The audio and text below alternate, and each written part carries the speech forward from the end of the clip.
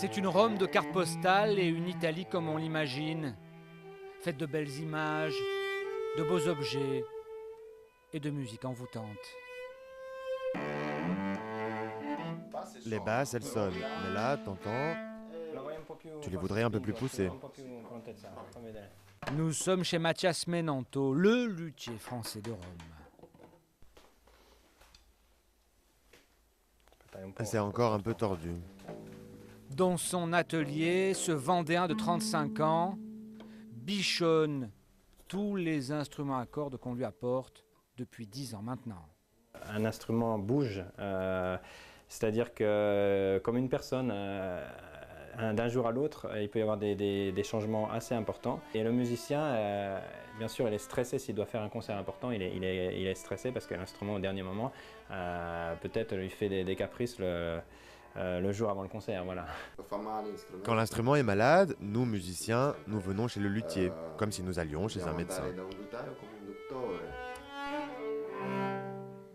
Et comme un docteur soigne avec ses scalpels ou ses pinces, Mathias Menanto, lui, redonne vie aux instruments à coups de rabot, de ciseaux, de compas.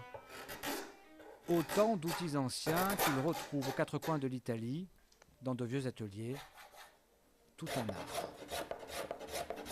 On a à peu près au maximum 3 mm d'épaisseur dans le centre, on est entre les ouïes, ce qu'on appelle les ouïes, les F. On arrive aussi à 2,6, même quelquefois 2,4 mm sur un instrument ancien, sur un Stradivarius. On peut voir des épaisseurs très très fines quelquefois.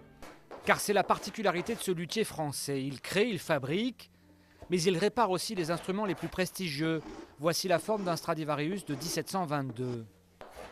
Et s'il n'a pas encore percé le secret du vernis de son illustre maître, il s'est inspiré d'une autre de ses techniques pour son propre travail.